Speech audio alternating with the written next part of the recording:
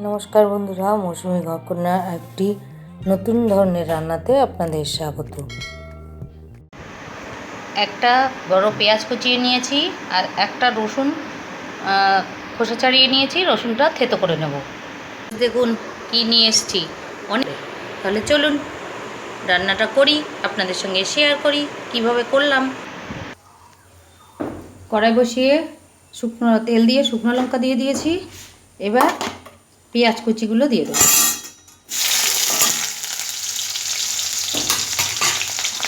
পেঁয়াজ কুচিগুলো দিয়ে রসুনটা থেতো করে দিয়ে দেবো, তারপর হালকা আঁচে ভেজে নেব।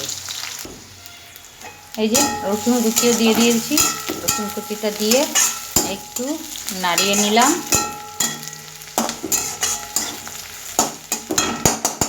হয়ে গেছে। এবার সজনে শাকটা দিয়ে দিচ্ছি। দুগ্গা দুগ্গা খেতে এবার যেন পারি ঠাকুর। সজনে শাক আমি আর কাটিনি, কারণ যদি গলে যায় একদম, তার জন্য। আর এমনি শাক যে তুলেছিলাম বাড়ির থেকে, সেই শাকটা দিয়ে দিলাম। দিয়ে এবার ভালো করে নাড়িয়ে নেব।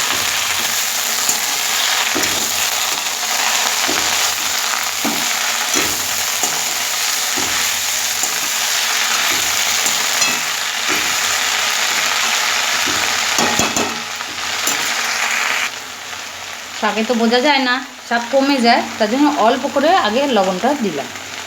দিয়ে এবার লবণ দেওয়ার পরই জল ছাড়বে। আমি কিন্তু শাক ঢাকি না, কারণ ঢাকলে শাকের যে কালারটা নষ্ট হয়ে যায়। হালকা আঁচে এইভাবে নাড়িয়ে নাড়িয়ে ভাজা করবে।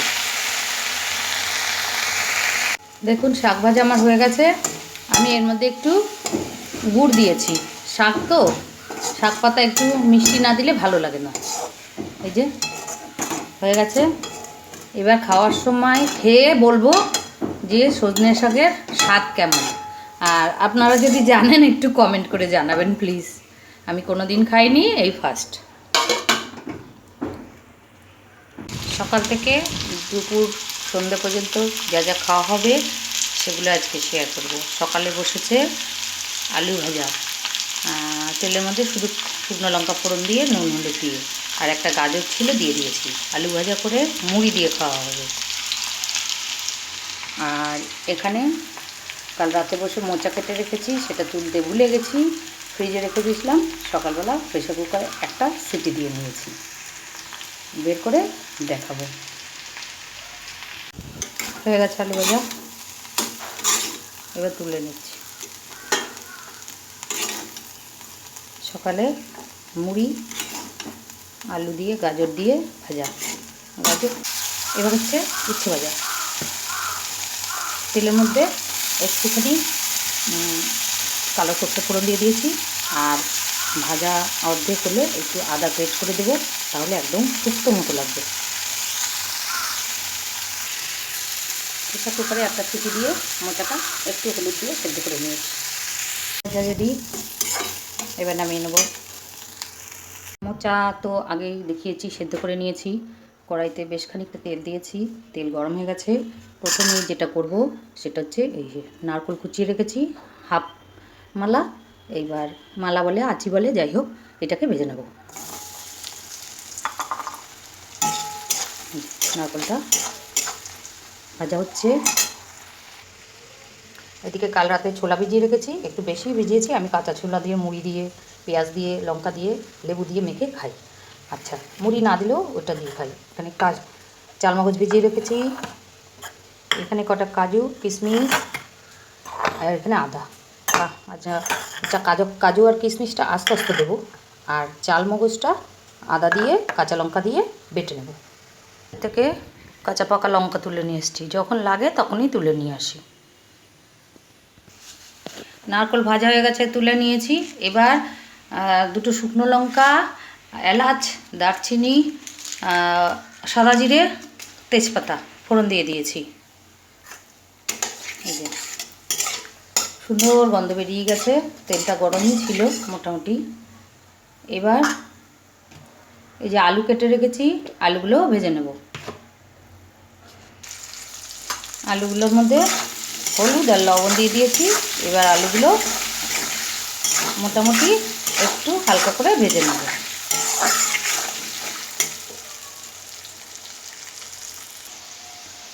আলুটা দেখুন আমার ভাজা হয়ে গেছে। এবার এই যে বেটে রাখা মশলাটা দিয়ে দিচ্ছি।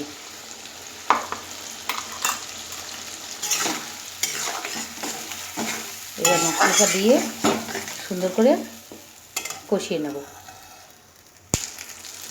দেখুন আমার মশলাটা কষানো হয়ে গেছে, জল ছেড়ে দিয়েছে। এবার আমি মশলার ডিবেটা ধুয়ে অল্প একটু জল দিচ্ছি, কারণ গুঁড়ো মশলা দেব। ধনে গুঁড়ো, জিরে গুঁড়ো, হলুদ গুঁড়ো, লাল লঙ্কা গুঁড়ো আর কাশ্মীরি লঙ্কা গুঁড়ো দিয়ে, গুঁড়ো লঙ্কা তো আর বেশি কষাতে হয় না, অল্প একটু নাড়িয়ে নেব। এবার আমি কাজু আর কিশমিশগুলো দিয়ে দিলাম। এর সঙ্গে হালকা একটু ভাজা হয়ে যাবে। দারুণ কালার এসছে।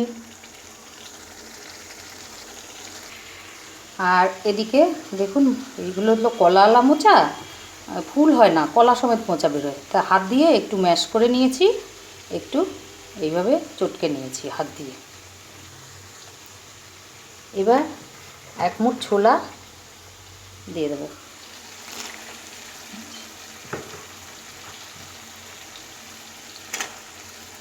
যা যতটা ভালো লাগবে সে ততটা পরিমাণে দেবে। আমার কত মশলা বা ছোলা দিলে ভালো খায় না, যাই হোক আমি খুব ভালো খাই নিরামিষ, তাই আমি একটু বেশি করেই দিই। মশলাটা আমার সুন্দর করে কষানো হয়ে গেছে, তেল ছেড়ে দিয়েছে। এবার চটকে রাখা মোচাগুলো দিয়ে দেবো। চটকানোর পরও অল্প জল বেরিয়েছে, আমি আর সেটা ফেলে নিই। এর সঙ্গে কষিয়ে একটু তো আলু টালুগুলো সেদ্ধ হবে, আস্তে আস্তে জলটা টেনে যাবে। সবটা দিয়ে নাড়িয়ে নিয়েছি। আর এবার আমি খানিকটা গুড় দিয়ে দিচ্ছি। আমি শাক, থোর, মোচা, কচুর শাক এতে কিন্তু মিষ্টি দিই, আর সেটা গুড়। এবার নাড়িয়ে সুন্দর করে ঢাকা দিয়ে দেবো, হালকা আছে। ঢাকা দিয়ে দিয়েছি, আঁচ একদম কমানো। রান্না করতে গেলে গ্যাসের অবস্থা খুব খারাপ। ঘিয়ের শিশি পাশে রেখেছি, শেষে নিরামিষ তো ঘি দেবো। হিং ছিল, হিংটা দেইনি, নিরামিষ মোচাই ভালো লাগে। মোচা রেডি। দেখুন একদম আমি শুকনো শুকনো করেই করি এরকম, যাতে ডাল দিয়ে মানে মোচা দিয়ে খাওয়া যায়। আবার চাইলে ভাত মেখেও খেতে পারবে, রাতে রুটি দিয়েও খেতে পারবে। এবার লাস্টে যেটা দেবো, না দিলেই নয় নিরামিষ তরকারিতে, ঘি। আর দেব শাহি গরম মশলা। এই দুটো না দিলে নিরামিষ সবজি বলুন বা আমিষ সবজি বলুন, টেস্ট হয় না, তাই না?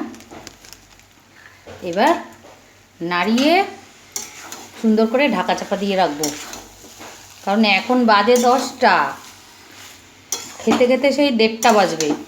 সব পরিষ্কার টরিষ্কার করবো, স্নান করব, পুজো দেব, তারপরে ওই জন্য এখন আর পাত্রে বাড়বো না।